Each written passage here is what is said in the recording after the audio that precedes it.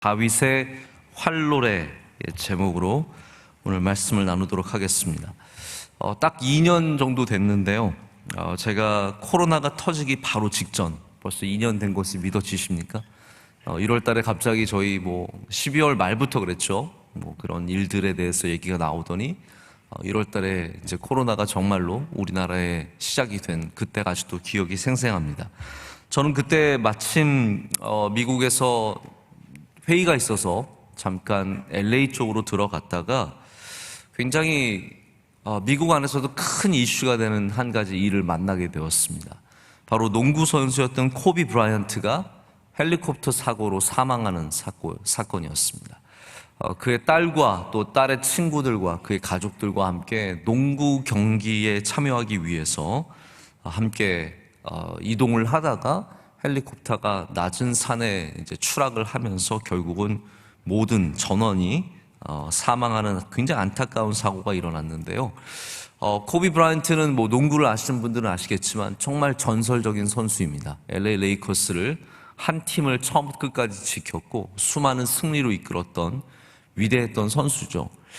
이 선수가 죽었을 때 제가 머물던 호텔이 바로 그 경기장 옆이었기 때문에 바깥에 나가면 정말 수천 명의 사람들이 모여서 함께 울며 그 사람을 추모하고 제가 꽃을 보니까 꽃다발이 수천 개가 놓여져 있고 그의 유니폼이 땅바닥에 놓여져 있고 그의 사진과 초와 이루 말할 수 없는 그런 많은 조문이 그곳에서 이루어지는 것을 보게 되었습니다.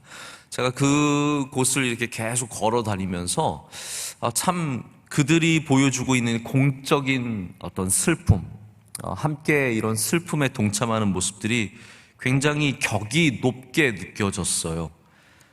저는 코비의 삶을 잘 모릅니다. 코비 브라이언트가 어떻게 정말 아름답게 살았는지는 모르지만 여러분, 왜 사람에게 흠이 없겠습니까? 분명히 코비 브라이언트도 굉장히 잘못한 것들이 있을 겁니다. 선수 시절 싸운 사람들이 있고요. 때로는 심판에게 욕을 하고 싸우고 잘못 행동했던 것들이 있겠죠. 또 많은 미국의 스포츠 선수들이 그렇듯이 가정에 충실하지 못하고 바람도 피우고 그런 것들이 있을지도 모른다는 생각을 합니다. 하지만 이 코비 브라이언트라고 하는 개인의 죽음을 애도하고 상실을 아파할 때 그 공동체의 격이 올라가고 함께 슬퍼할 때 공적인 위로가 임하는 것을 본 경험이 있습니다. 오늘 본문은 다윗이 사울의 공과 사울의 흠을 절대로 겨루지 않습니다. 공이 흠보다 더 크기 때문에 이런 노래를 부른 것이 아니라 이 나라를 위로하기 위해서, 이 사람들을 위로하기 위해서 공적인 노래를 통해서 이 공동체를 위로하는 모습을 보게 됩니다. 요나단과 사울의 죽음을 슬퍼하며 지은 노래가 바로 활 노래이고요. 우리는 이 슬픔의 노래를 통해서 굉장히 중요한 몇 가지 메시지를 하나님께로부터 받게 됩니다. 첫 번째는 슬픔은 누군가를 가장 잘 보내는 방식입니다. 사울에게 받은 이 수많은 상처와 아픔들, 어떻게 복수를 해야, 어떻게 해야 다윗의 상처를 씻을 수 있을까요? 이 받은 상처가 얼마나 큽니까? 죽이려고 끝까지 쫓아오고 창을 던질 뿐만 아니라 얼마나 많은 사람들을 이끌고 다윗을 죽이기 위해서 광야에서 쫓아다녔습니까? 이제 다윗은 어떻게 보면은 복수할 기회를 완전히 잃어버린 겁니다. 이 사울이 죽음으로 말미암아 사울에게 복수할 기회를 완전히 잃어버렸어요. 사울을 마주할 기회도 없고 이제 아직 이스라엘이 다윗의 손에 들어온 것도 아닙니다. 여러분, 이 지금 노래를 짓는 시점이 다윗이 이스라엘을 차지하고 부르는 노래가 아닙니다. 다윗은 앞으로 어떻게 될지 전혀 모르는 상황인데 자기가 복수할 기회를 놓쳤음에도 불구하고 다윗은 이 노래가 그의 복수가 되게 했습니다. 활 노래가, 엄격하게 말하자면 이 활 노래가 다윗의 복수입니다. 이 슬픈 노래를 통해서, 오늘 말씀을 시작을 슬픈 노래라고 하거든요. 이 슬픈 노래를 통해서 다윗은 사울을 잘 보내주었습니다. 여러분, 잘 보내줘야 합니다. 할렐루야. 잘 보내주는 것이 우리 그리스도인들의 믿음의 능력입니다. 잘 보내주지 못하면 그것이 내 안에 쌓여 있으면 그것이 우리를 누르게 되고 우린 거기에 매이게 되고 하나님의 종이 아니라 복수의 종이 되고 하나님을 믿는 사람이 아니라 복수를 믿는 사람이 되어버립니다. 잘 보내줘야 합니다. 우리 몇 년 전에 우리 아이들이 참 좋아했던 디즈니 영화가 있습니다. 프로즌이라고 하는 영화. 혹시 아십니까? 엘사와 또 누구예요, 걔? 안나? 한나? 네. 저는 엘사밖에 기억이 안 나는데 걔네가 나와서 부른 노래가 뭐예요? Let it go예요. Let it go, let it go 그러면서 막 다 얼렸다가 녹였다가 난리를 치잖아요. Let it go예요. 잘 보내주는 것. 할렐루야. 우리 그리스도인들은 우리 안에 있는 이 쌓인 마음들, 그것이 복수심의 마음이었던, 괴로움이었던 이 모든 실망과 절망과 괴로움과 이 아픔을 잘 보내줘야 합니다. Let it go. 그게 활로래예요.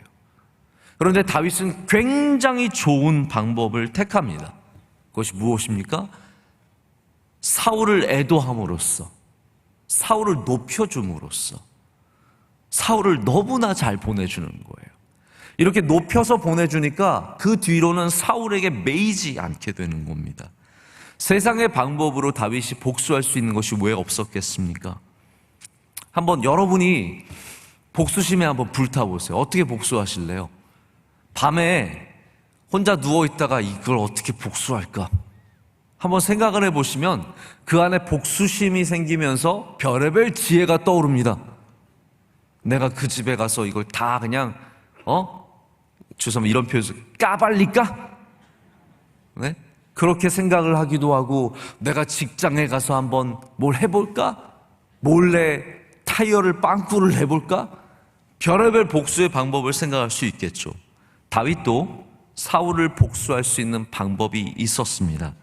사울의 모든 부끄러움을 다 파헤쳐서 온 천하에 알릴 수 있죠.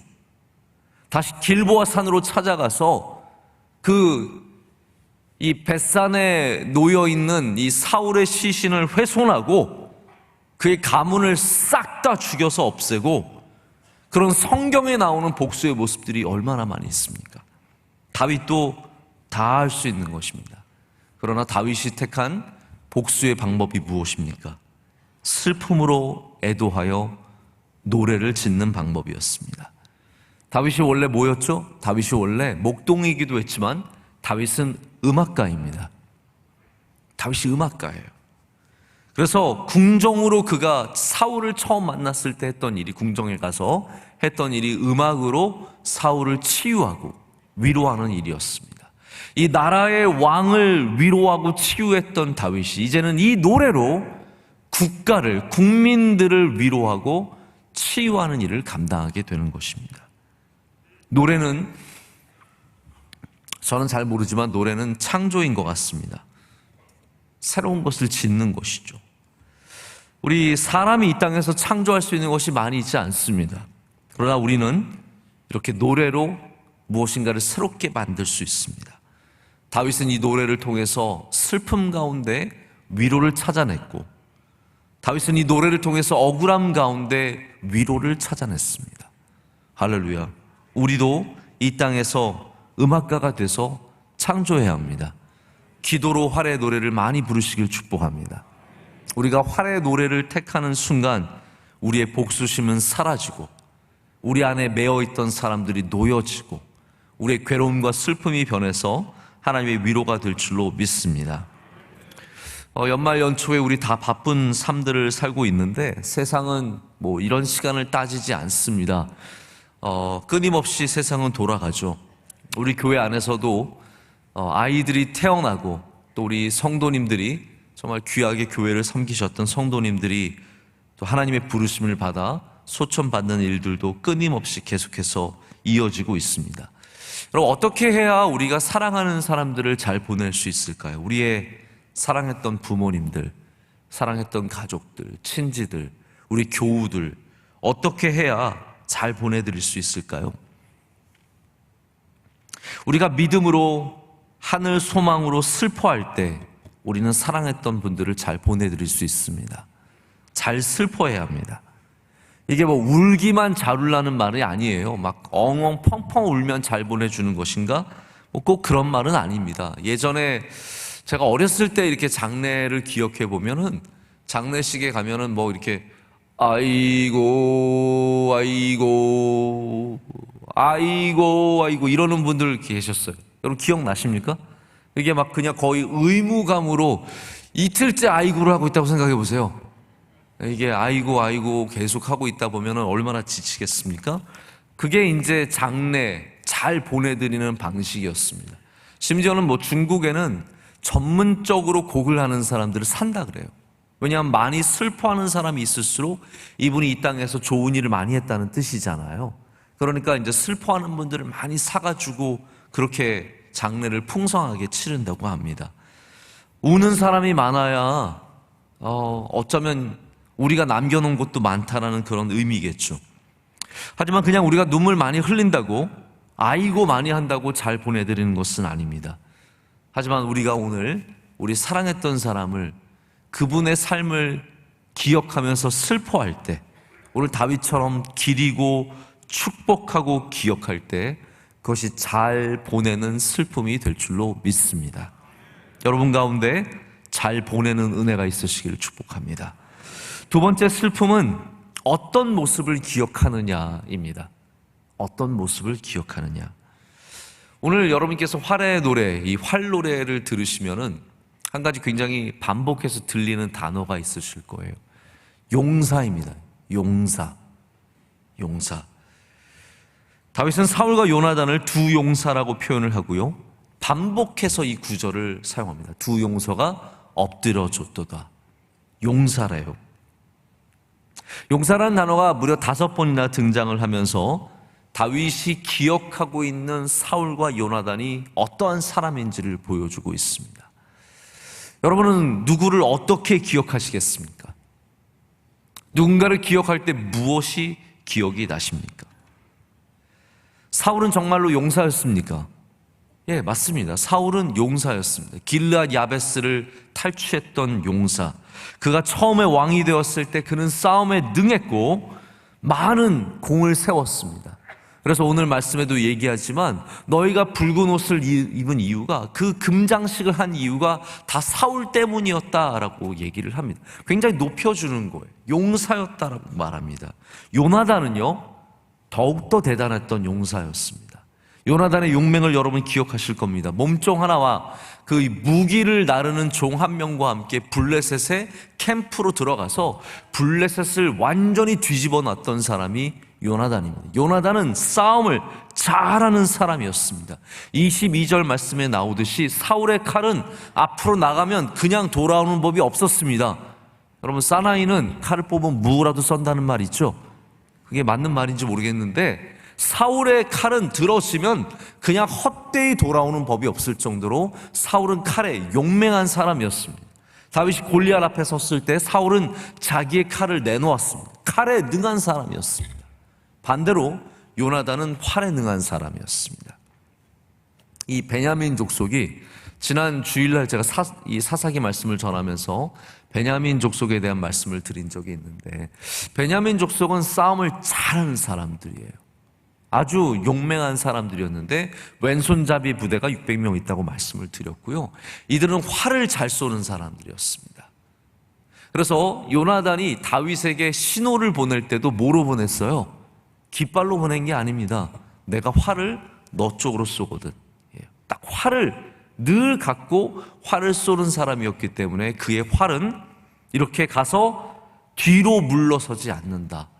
이게 앞으로 나가면은 분명히 뭔가 일을 한다라는 거죠. 대단한 일을 한다라는 거예요. 저도 여러분의 활에 능력이 있으시기를 축복합니다. 이게 얼마나 대단한 능력입니까? 이 놓여진 활이 그 목표를 향해 날아가고 그 주어진 임무를 감당하고 그리고 나라를 살리고 가정을 살리는 일을 한다는 것은 참 굉장히 의미 있는 일입니다. 이렇게 다윗은 요나단의 활을 그리고 사울의 칼을 찬양하며 그들의 용맹을 노래하고 있습니다. 근데 여러분, 사울을 한번 우리가 까볼까요? 사울을 한번 이렇게 흔들어 볼까요? 먼지가 안 날까요? 그렇지 않습니다. 사울은 먼지가 많은 사람입니다. 그는 괴팍했습니다. 변덕이 심했습니다. 자기애가 강했습니다. 질투심과 어린아이와 같은 마음을 가졌던, 굉장히 영어 표현으로 말하면 vulnerable한, 굉장히 문제가 많고 약한 사람이었습니다. 근데 다윗은 그 사실을 기록하지 않습니다. 이 노래에 다윗이 사울을 어떻게 기억하고 있는지 분명하게 남겨주고 있습니다. 근데 여러분, 이것이 다윗의 시점만이 아니라는 거죠. 우리는 이 시점을 보면서 하나님과 예수님이 우리를 바라보시는 시점을 경험하게 됩니다. 예수님께서 우리를 어떻게 바라보시겠습니까? 우리가 털어서 다 먼지가 어마어마하게 나는 사람인데요. 제가 며칠 전에 빨래를 하고 옷을 이렇게 입는데, 여러분 아시죠?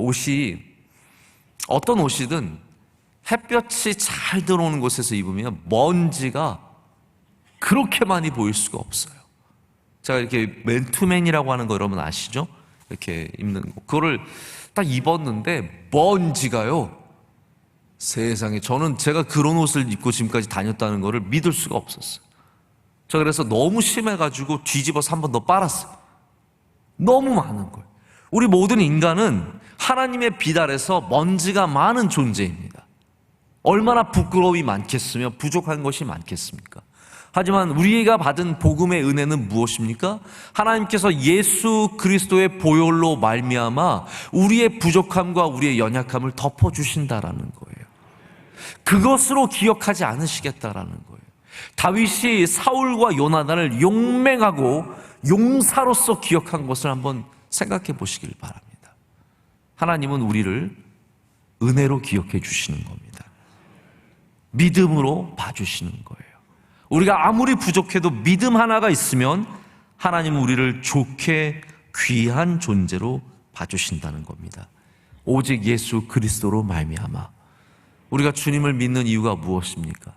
우리가 부족하기 때문에, 죄가 많기 때문에. 그러나 그 모든 죄에서 구원받을 수 있는 것이 오직 예수 그리스도밖에 없기 때문에 우리는 주님을 믿고 주님을 따라야 할 줄로 믿습니다. 우리 또한 다른 사람들의 좋은 모습을 기억해주는 사람들이 되어야 합니다. 여러분, 이거는 기억력의 문제가 아닙니다. 기억력으로 있자라는 게 아니에요.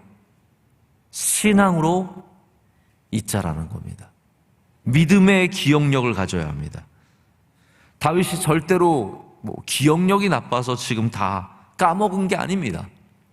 살아가다 보면 그런 은혜도 있어요. 이제 서서히 잊혀지는 은혜. 옛날에 마음 아팠던 것들, 못되게 굴었던 사람들, 내가 들었던 말들, 괴로운 일들, 괴로운 상황들, 살다 보면 조금씩 희미해지고 잊어지는 은혜도 있습니다. 하지만 우리 성도들이 가져야 하는 은혜는 뭐냐면요, 믿음으로 넘어서는 은혜입니다.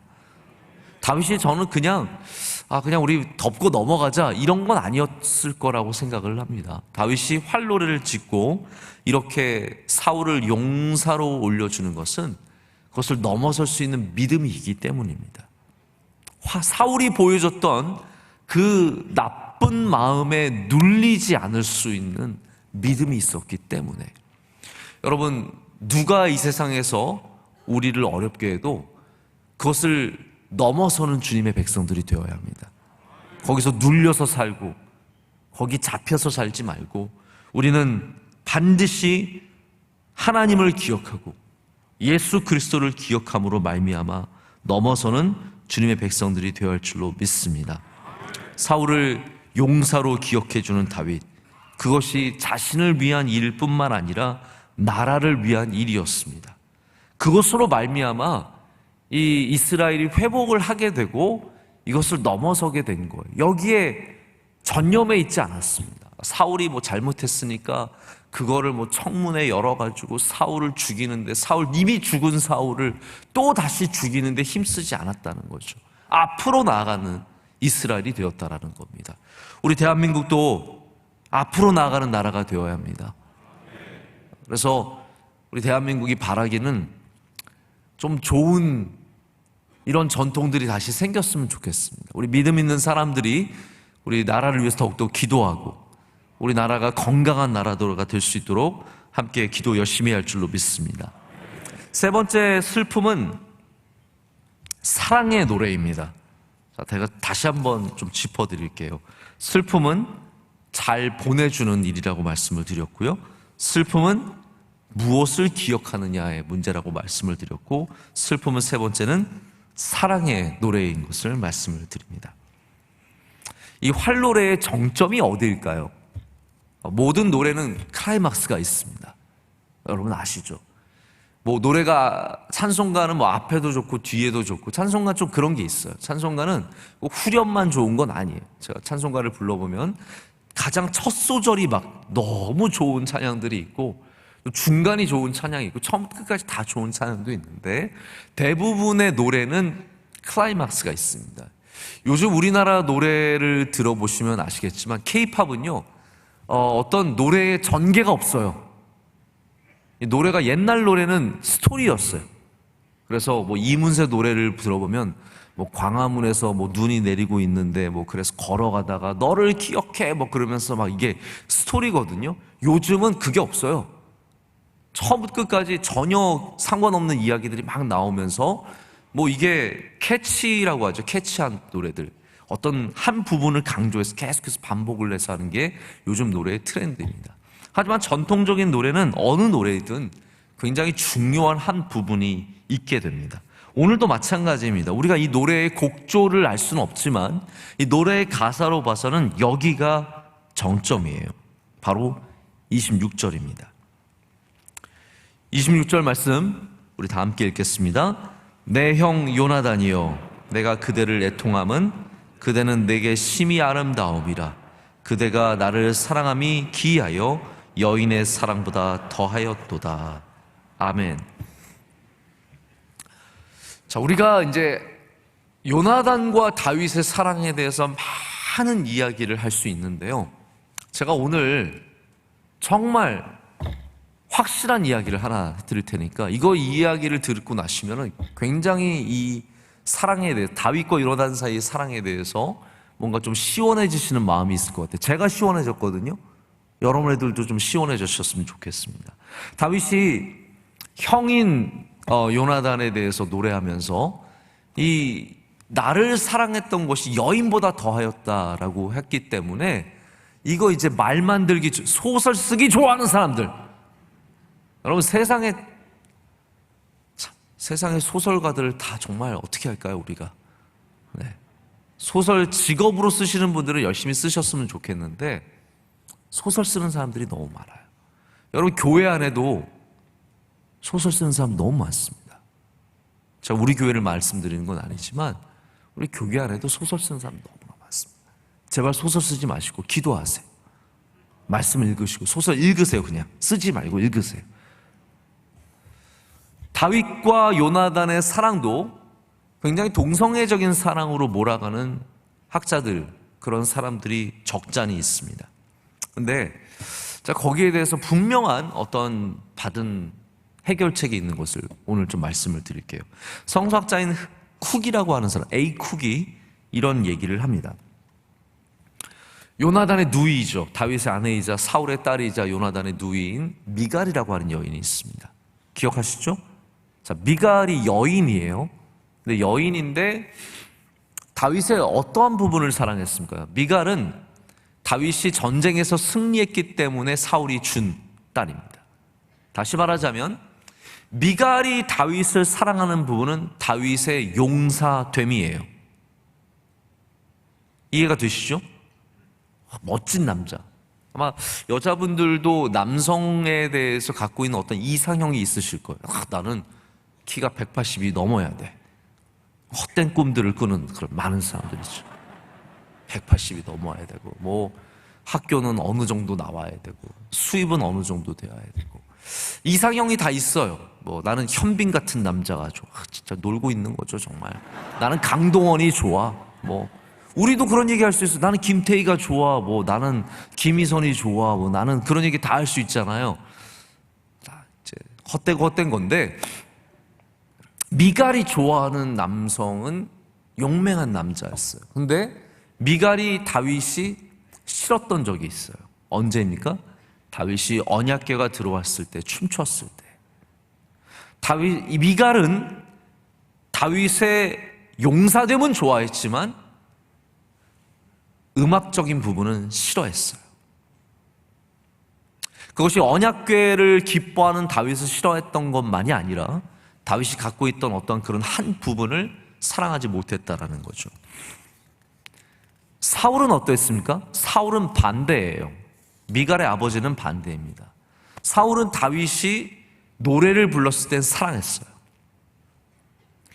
그가 사울에게 아름다운 노래를 불러주고 위로의 노래를 불러주고 음악을 쳤을 때, 하프를 켰을 때는 사랑했어요. 그러나 다윗이 가서 용사가 됐을 때는 미워했어요.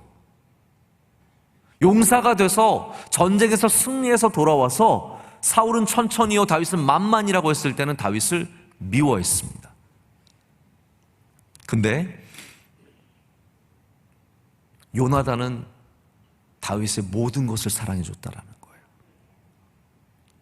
다윗이 용사된 것도 사랑했고, 다윗이 노래하는 것도 사랑했고, 다윗의 모든 부분을 사랑했기 때문이라는 거예요.